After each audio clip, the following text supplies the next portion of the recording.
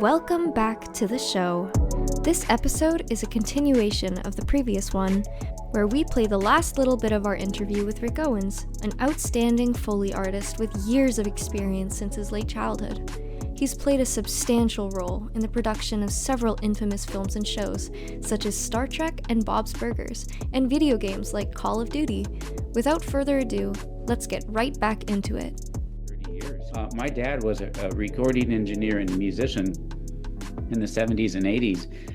And when I was a young man in my early 20s, I began working with him he had transitioned from recording music to working on film sound, through a company and a friend of his, and so when I was a young man trying to figure out what I wanted to do with my life, my first job was working with him and for him. And we worked at a very small studio. We did the entire post-production sound packages. So we took in the film from the start, and we did the dialogue editing, we did the sound effects editing, we did ADR, which is dialogue replacement, and we did Foley, and we did final re-recording, or doing the final mix. And so I had exposure and experience with all those areas, but I always gravitated towards Foley because I like the performance and the creative side of it. So that's kind of how I got started so many years ago. I was gonna ask, because while scrolling through your IMDb as well, you've been credited for Foley and sound effects editing, and I was those are some of the early credits way back in the 90s. Yeah, 93. Could you give some examples maybe of works where you just did the editing? Yeah, I would have to go way back. What's the one you said in 93? That one's... Okay, there's Ops Belantra that you did sound effects. Yeah, that also did like Night Trap. There's some where you did sound effect director and right. Sound editor, and then there's ones where you do two at the same time. Like Night Trap was Foley and sound editing. It's at the same time. Yeah, so I remember those movies. Ops Belantara was at the first studio I worked at on Sunset Boulevard. I cut many, if not all of the sound effects on it, because it was an action movie. And so I cut all the sound effect, all the gun firing sounds and all the fist fights and all this other stuff. We recorded Foley, and those were fun times. Those early times were fun times because I was working with my father, and then we had another colleague, Kevin, who has left the industry a long time ago. And so it was really just the three of us doing these sound packages. And so it was like a big action movie where there was explosions and fist fights and gunshots. And at the time, being a young man, 22, 24 years old, it was a big project to sink our teeth into. So that was a big one. So that's where I got all those credits. And then the other one, Night Trap, I remember that one. Night Trap was the biggest movie we worked on at the time. And the two stars was a man named Michael Ironside. And at the time, he had just come out of doing the first Total Recall movie. He was a big actor at the time. And that was another one of those movies where there was just a huge opportunity for sound effects and Foley. And I remember two specific moments in that movie. So in this movie, they're driving this car over train tracks, and there's no, like at the time in the early 90s, there was no sound effects library of car driving over train tracks, so we had to create it, and so I remember finding a sound of a car driving on a flat tire, kapluka, kapluka, kapluka, kapluka. So I put that in there, and then of course a car sound revving, and then we actually recorded the sound of a basketball or some ball grinding through gravel. So between all that is like I was able to create this scene. And another one was there's a scene on a paddle boat on the Mississippi River. Our tiny little sound effects library did not have riverboat paddle wheel sound. So I remember having to dig through and create the sound of that paddle wheel that could, and I remember scratching my head about going like, how the hell am I going to do this? But just like, okay. And this is what we do with Foley a lot, is we break it down into elements, of like, okay, well, there's obviously going to be water splashing. Obviously, there's going to be some kind of wood creaking. Obviously, there's going to be some kind of mechanical sound. So just breaking it down into elements and to create the event that you're looking at. And whether it's animation or video games or live actions, we break down the scene into elements. And this goes back to the early days, is all creating layers of sounds to hopefully achieve a sonic event. So yeah, I mean, I kind of, it's funny, you jog some memories with Ops Bellantar and Night Trap. I actually have Night Trap on VHS. It never made it to DVD, but I have it on VHS somewhere. Is it easier to do Foley for animated films?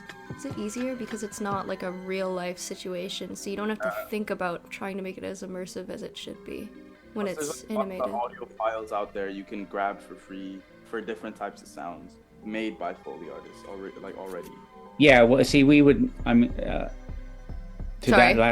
No, you're good. To that last point, we would never do that because we create sound effects. That's what Foley does. And if somebody wants to pull a pre-existing sound, Foley sound, that's where kind of the dividing line from Foley creation to sound effects editing comes into play. So if I have Foley editors and mixers that I've worked with over the years that have every Foley sound that I ever recorded in their library, and I know some of these guys are doing AFI films and small student films and things like this kind of on the side, and they use my Foley sounds and edit in Foley, but that's crossed the line from Foley into sound effects editing.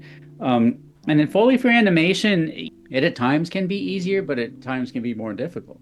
With animation, there's no pre-existing production sound like there is with live action.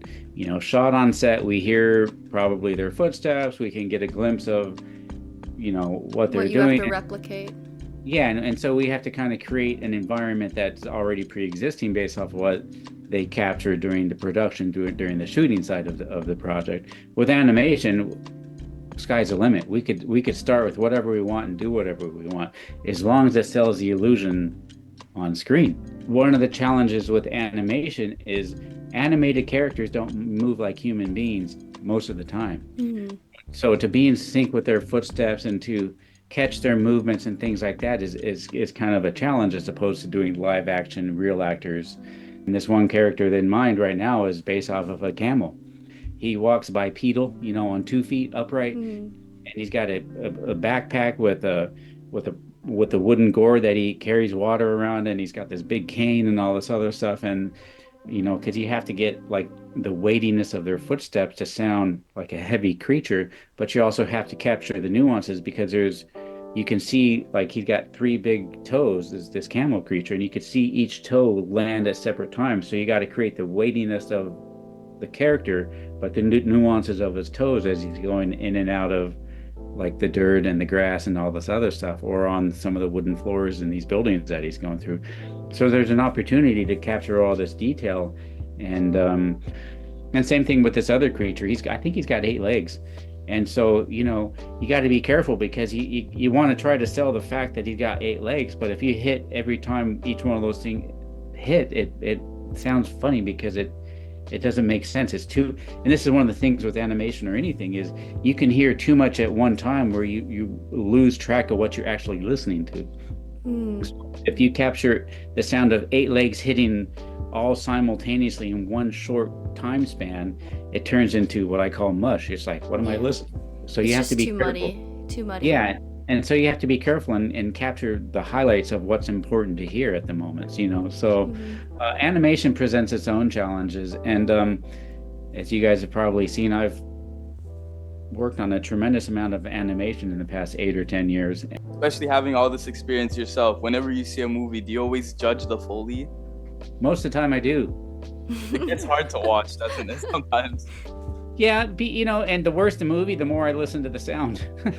But if the movie's bad and it's a terrible storyline or bad acting or whatever, then I'm just sitting there listening to the movie and being judgmental, going like, well, thank God I'm better than that guy.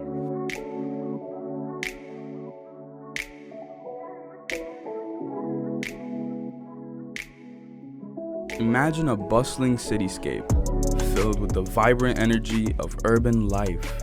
However, amid the excitement, there's a silent intruder: noise pollution. It sneaks into our daily lives through the hustle and bustle of traffic, the hum of industries, and the clatter of construction sites. Even our leisure activities like concerts and festivals add to the symphony of unwanted sounds. This unnoticed villain not only affects our health, causing issues like hearing loss and stress, but it also disrupts harmony of wildlife and ecosystems. In our daily lives, noise pollution permeates our surroundings from various sources. Construction sites become temporary arenas for the loud percussion of drills and heavy equipment. Airports contribute to the thunderous roars of takeoffs and landings, and railway tracks echo with the sound of passing trains. Even within our homes, common appliances, entertainment systems, and personal devices contribute to this, highlighting the pervasive nature of noise pollution. Wildlife too bears the brunt of noise pollution as human activities encroach upon natural habitats. The incessant hum of traffic disrupts the communication and navigation of animals, leading to disoriented migration patterns and altered mating behaviors. Construction and industrial activities introduce unwelcome sounds into previously quiet ecosystems, impacting the delicate balance of wildlife habitats. Aquatic environments in particular face challenges as noise from ships, oil drilling, and underwater construction can interfere with the echolocation and communication of marine species. Birds, whose songs are crucial for communication and territory marking, find their habitats altered and disrupted by human-generated noise.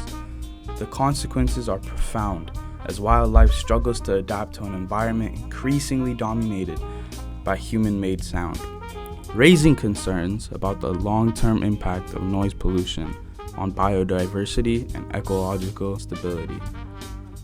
Thankfully, efforts are underway to tackle this issue. Governments worldwide are stepping up with regulations, ensuring that noise levels from industries and transportation are kept in check. Public awareness campaigns are shining a light on the importance of a quieter, more serene environment. But change also starts at an individual level. Just picture a world where each of us chooses a quieter modes of transportation, keeps our music at reasonable levels, and supports initiatives that promote a quieter and more sustainable living space. By making these small changes, we can collectively turn down the volume of noise pollution and create a more peaceful and harmonious environment for everyone, humans and nature alike.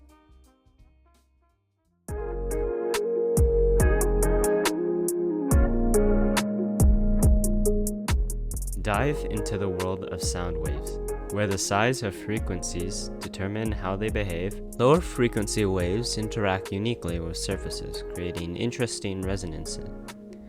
High-pitched sounds, meanwhile, go beyond what our ears can pick up, adding diversity to the sonic spectrum.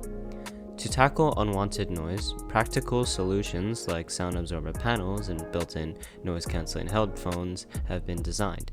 Noise-canceling headphones use built-in microphones to actively detect and counter incoming noise, giving you a quieter listening experience. The essential partnership between microphones and speakers lies at the heart of audio technology. Microphones quietly transform sound waves into signals for recording. On the other side, speakers, found in various forms, including compact headphones, do the magic of turning these signals back into audible sound. This collaboration ensures a faithful reproduction of recorded sounds and voices, providing a glimpse into the world of precise audio replication. Moving beyond gadgets, consider the impact of different floors on the audio experience in a space. Floors influence sound by absorbing, reflecting, or transmitting waves. The materials, composition, and acoustic treatments of a floor are key factors in shaping the auditory environment. This viewpoint encourages us to see our surroundings not just as physical spaces, but as active contributors to an evolving audio story, influencing how we perceive and enjoy sound in various ways. Ever wondered how your favorite concert venue manages to deliver crystal clear sound, or how your school's auditorium keeps everyone engaged during presentations? Enter the world of acoustic engineering. Acoustic engineering is all about making sound work in our favor. When you're at a concert and the music sounds clear, or in a conference room where the speaker's voice carries effortlessly. That's the result of acoustic engineering. These experts design spaces to control and enhance how sound travels. In busy urban areas, acoustic engineers play a crucial role in managing noise. They create things like sound barriers and use smart technologies to make cities quieter. This not only makes our day-to-day experiences much more pleasant, but also helps reduce the impact of noise on wildlife. Beyond that, acoustic engineers are also focused on making buildings more sustainable. They use materials and designs that not only improve how a space sounds, but also contribute to energy efficiency. Essentially, it's about having buildings that not only look good, but also align with environmentally friendly practices. So the next time you're enjoying a live performance or a public talk without struggling to hear, give a mental nod to the acoustic engineers. They're the skilled individuals ensuring our spaces sound great and contribute to a more harmonious and environmentally conscious society.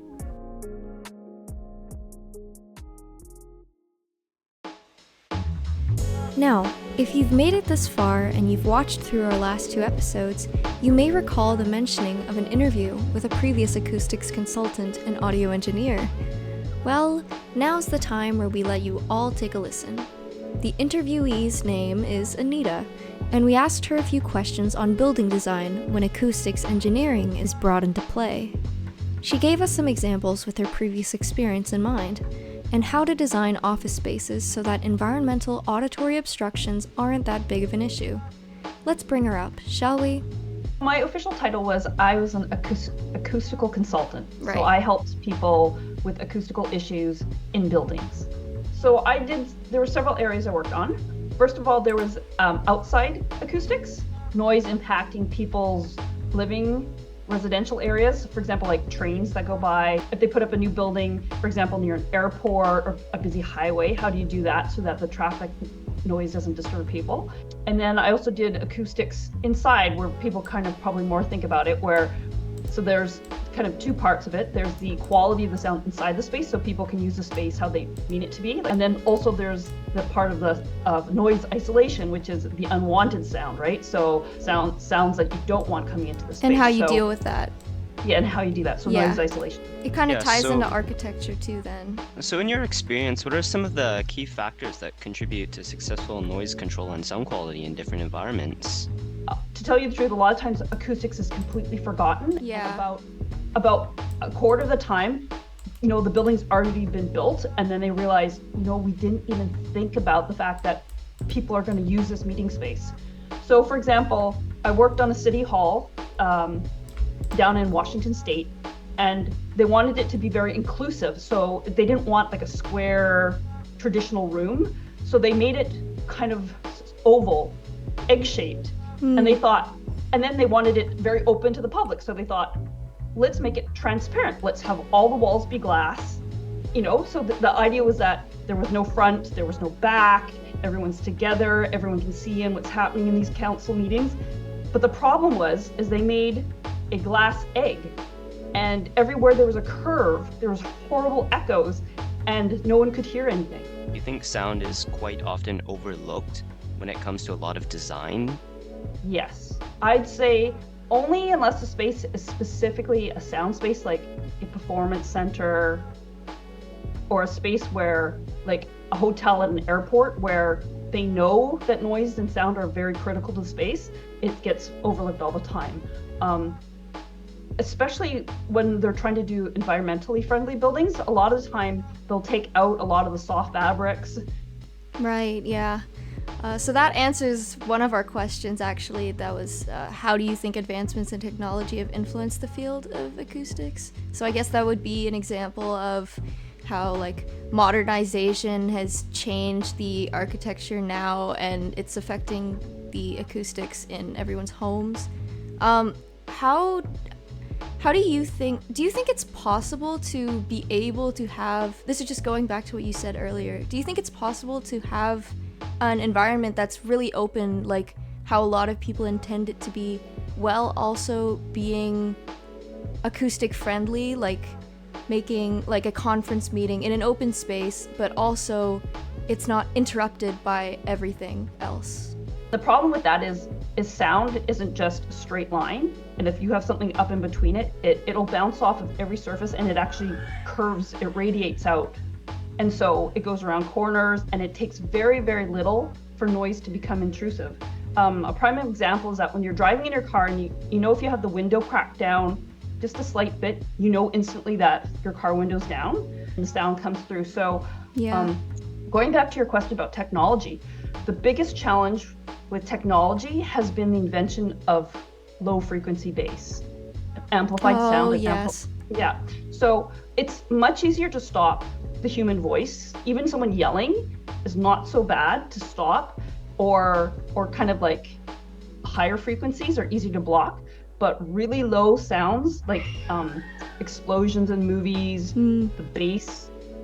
You can always hear when someone's going by. You can hear right through a window. You can hear the bass, right? In a car driving by. Yes. You never hear the lyrics. You have no idea what they're listening to, but you can hear the beat, and you have no idea but you can tell the rhythm of that song because bass goes through things very easily. So, and that's a modern invention, right? Right. Yes. Yes, it is. Yeah. How do you think we can better educate people about the importance of this?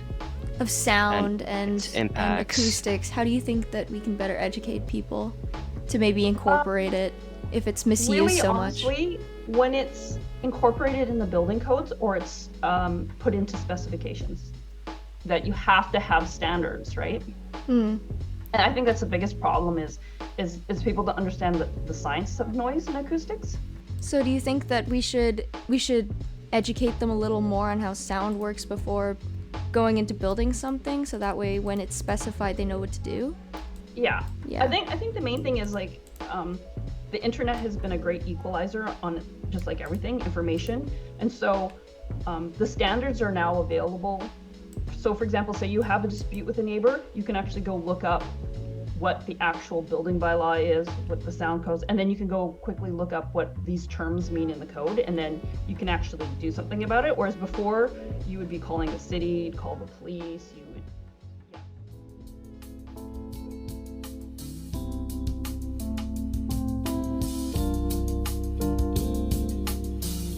We thank you so much for sticking with us all the way through, and we are so grateful for your commitment to supporting us as we wrap up this short series. We hope you learned something new in the listening to this podcast, or that it inspired you in one way or another. Most importantly, we hope you enjoyed the journey. This podcast is, of course, brought to you by your three hosts, Maisie, Kai, and Maltz. With a final thanks to everyone listening, this is Audiverse, signing off.